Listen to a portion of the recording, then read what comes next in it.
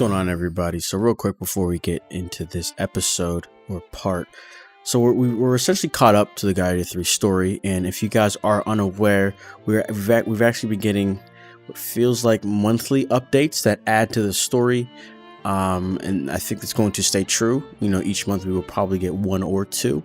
So this is really where we can now start discussions, right? For this episode, we're going to stop at update 1.3, which is where we add a new kind of mechanic to the game. After that, we got a steady income of new character episodes. So I'll have all of them that have come out previously in one episode, and going forward, each time I'll have its own episode so we can discuss on those videos. So we have finally reached the God Eater 3 mark, which is the newest iteration of the God Eater franchise and just released earlier this year. In between God Eater 3 is a game called God Eater Resident Ops. God Eater Resident Ops is a iOS and Android game, but currently only available in Japan.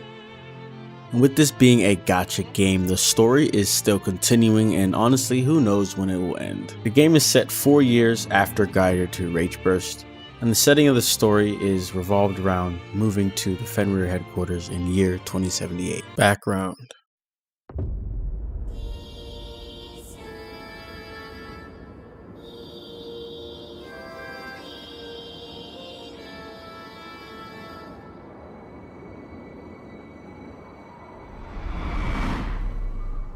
So leading up to God Eater 3, it's the early 2080s, and the calamity known as the Ashfall has devastated the planet. This now caused a phenomenon known as the ashlands. Covering the entire surface of the ashlands is microscopic origami. Corroding everything that it touched, it carried with it an inherent toxicity to all living things. And thus the survivors of mankind fled underground, constructing settlements known as ports to survive away from the ash.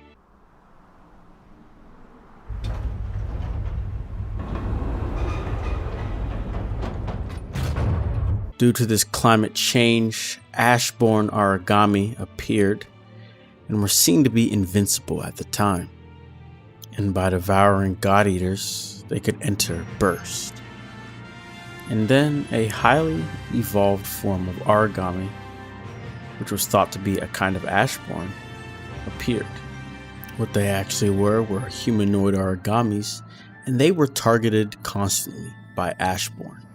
Yet every time a specimen was thought to be found, they were already dead. Despite this, an organization known as Gleipnir formed from the remnants of the Fenrir HQ's regular army, and successfully combined humanoid origami cells with the P73 bias factor used by Soma and administered by Aisha as part of the Menagarm project to create what became known as Adaptive Bias Factor P73C. Progressing to Stage 3, final stage, implanting adaptive oracle cells. And so by giving this to potential God Eater candidates, this was creating God Eaters immune to the effects of the ash, or also known as adaptive God Eaters, or AGE. Fast forward to the current times, and the year is now 2087, and the story of God Eater 3 begins at a port called Pennywort. On this port, we are introduced to our team members, Hugo Pennywort, Zeke Pennywort, and his brother, Keith Pennywort. The Pennywort port is notorious for its brutal and inhuman treatment of its Ages. You see, due to the power and usefulness of Ages, they were considered a dangerous commodity, and they weren't allowed freedom. Along with their resistance to the ashlands' harmful effects, they have increased physical capabilities compared to normal God Eaters, and they are said to be closer to origami. Despite them having to do dangerous work, their rewards are small to non-existent due to the shortage of supplies and resources. After being sent on a mission, you and your comrades Zeke and Hugo get cut off by an ash storm that devastates your port.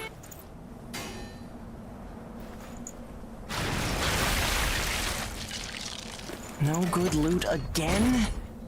Ugh. Man, there's been nothing recently. This is a caravan carrying all ages. What's that? There's an ashland developing in the area. It's on a path called Pennywort.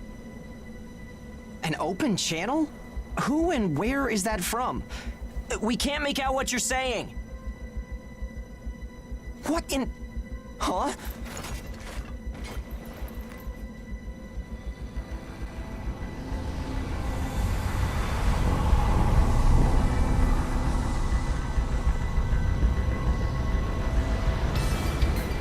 You and your friends are picked up by a woman named Hilda Henriquez, I think that's how you say it, who runs Port Chrysanthemum, and from then on, the ages of Port Pennywort become members of an elite combat force under Chrysanthemum known as the Hounds.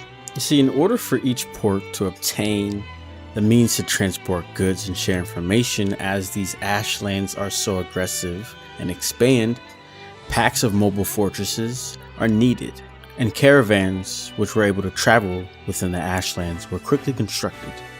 And in the world of Gaia 3, where nearly all the infrastructure has been lost due to these ashlands, the caravans are humanity's sole lifeline. These mobile fortresses are called ash crawlers technically, but the mothership of the caravans usually don the name of its home port. And so with that being said, the ash crawler that appears before the company is a mothership to the port Chrysanthemum. And so this mothership usually undertakes transportation work for mid-sized cargo and boasts the ability to move at high speeds within the ashlands, but its weapons are kept to a minimum in order to maintain that light weight, meaning its combat ability is essentially non-existent. So while traveling through the ashlands on a normal delivery trip, an Anubis attacks the Chrysanthemum and breaks open the cargo bay. From there, a humanoid origami is revealed named Fiend. Think about yourself. Damn the cargo. Protecting that cargo is the duty entrusted to me. There is an ash origami in that container. Don't just waltz in there. What?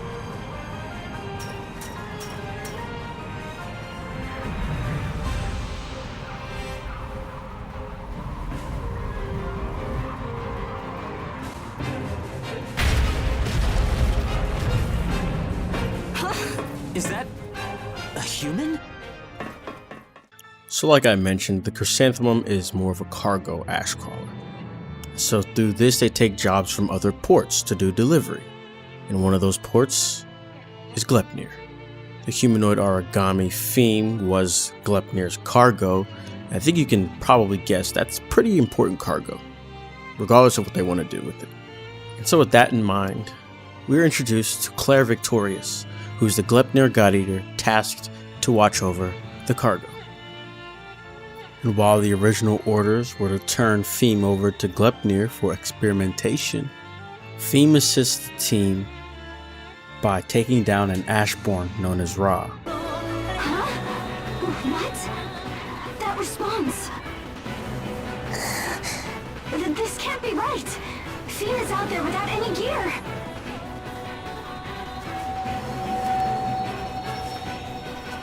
What is... A powerful bias field is covering the entire area.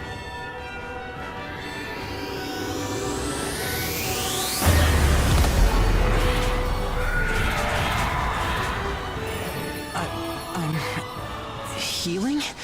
Theme? What are you doing? And from there becomes an unofficial member of the Hounds. And through this incident, this is when Theme begins calling the protagonist, the character, or should I say the player, mom or dad depending on the gender.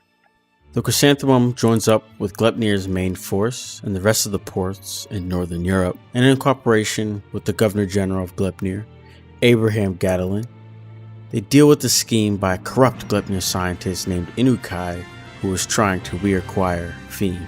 Once that situation is taken down, they join in with Fenrir's HQ Reclamation Initiative and succeed in defeating a massively powerful Ashborn named Anubis to retake the abandoned Fenrir HQ.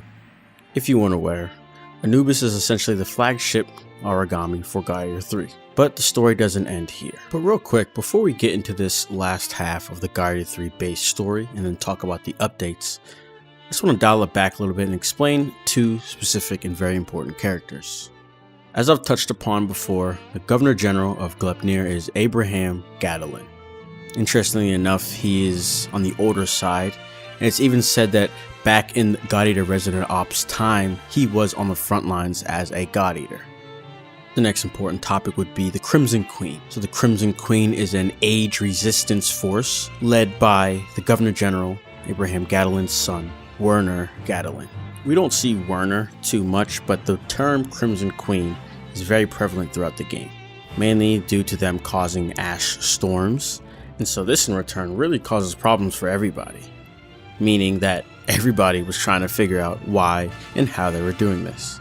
Just to tie some loose ends, essentially, the Crimson Queen ages were made from humanoid origami cells, and so thanks to those properties, they have just about a complete resistance to the ash.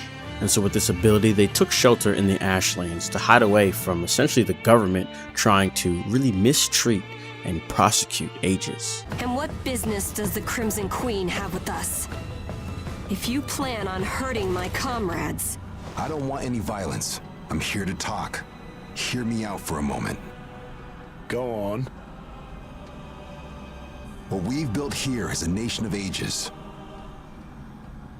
It is a place where we can live as human beings, free from the burdens of class and discrimination. Here, we have left the rot of the outside world behind, and we are building a land of principles. And going around setting off ash storms? Exactly what sort of principles are those? So the reason why I'm explaining all this is because Werner, the Governor General's son, created the Crimson Queen as a rebellion against his father because he did not agree with his ways. And to end off God Eater 3, it kind of all comes back. So Gadolin recommissions an old anti-origami weapon known as Odin, which is a four-legged giant mecha, which is meant to turn into a weapon that will devour the ashlands. But the problem with this plan is that it will require the sacrifice of up to thousands of ages. And so obviously the team on the chrysanthemum does not agree with this. They begin to lead the rebellion against Gleipnir, but Theme ends up learning about her nature as a humanoid origami and offers herself up to Gleipnir to power Odin by herself versus having to power it with over 1,000 ages. The Odin actually goes corrupt due to the ash corruption, so the team is tasked with one more fight. Through this fight, everyone was under the assumption that once they defeat Odin, which has been powered by Theme, essentially she would die as well. Through one of the new mechanics introduced in God Eater 3, the Engage, Theme is able to connect with her friends, take control of the Odin, and prevent and stop the origami war that was beginning to start. From there, she's able to return to her family, and we end the base story of God Eater 3. So throughout the game, Hugo and the protagonist were seen as really good friends, and they kind of have dreams of creating their own port. So when we ended off God Eater 3, those kind of hints were thrown around. Prior to the release of God Eater 3, they kind of mentioned that there will be a lot of post-game content coming. So with that being said, I am unsure if these updates that are coming out will really lead to us, making our own port of some sort. But nonetheless, so the updates have been coming out, and we start with update 1.3 that added the first bit of new story. Looks like we found the ash storm origami. We won't send you out empty-handed, of course. The last few late nights have finally paid off. After some cross-referencing, I came up with a way to neutralize the creature's ash field. It's a new type of grenade that interferes with ash activity and cancels it out. I call it the Tactical Anti-Ash Storm Bomb. It starts off with us partnering with a God Eater named Ein, who is actually Soma under a different alias. Working with our lead researcher, Keith Pennywort, who's trying to develop a technology called adaptive armor. The adaptive armor would actually allow the ash crawlers to venture further into the ashlands than would have been possible before. We're obviously going to need some materials and things like that to actually build this adaptive armor, so in the process of trying to retrieve and acquire these materials, we are ambushed by an origami known as the Ash Storm Anubis. As you can tell, this is the Anubis, but he is severely powered up. Ash Storm origami are able to cause ash storms in the surrounding areas that they are residing in. If you remember previously, ash storms are essentially unmanageable other than people who were part of the Crimson Queen who had humanoid origami cells infused with them. So from there, the team needs to work with Keith in order to develop a bomb that neutralizes this effect of the ash storm. So once we create this bomb, the team's able to then take down the ash storm Anubis. And so with that, we come to the end of this part. So like I mentioned at the start, the following episode is going to have all of the character episodes coming from 2.0 and forward. You know, we'll see what is released by then. Maybe I'll let the next batch of character episodes to come through, and then we can wrap that all up and discuss what we feel is coming up next. Anyways, thank you all for watching. I hope you guys enjoyed. Be sure to leave a like before you leave, comment, and subscribe for the upcoming parts so you don't miss them. But yeah, other than that's all I gotta say, so I will see you all in the next video. Peace. Lamp with the tape, I'm a legend in the room. J Squad chillin', now my homies bringing boom. Don't try to play the game without asking about the rules. I keep my cards safe, nigga, what you do? Pop it off easy, I'm not trying to snap your neck.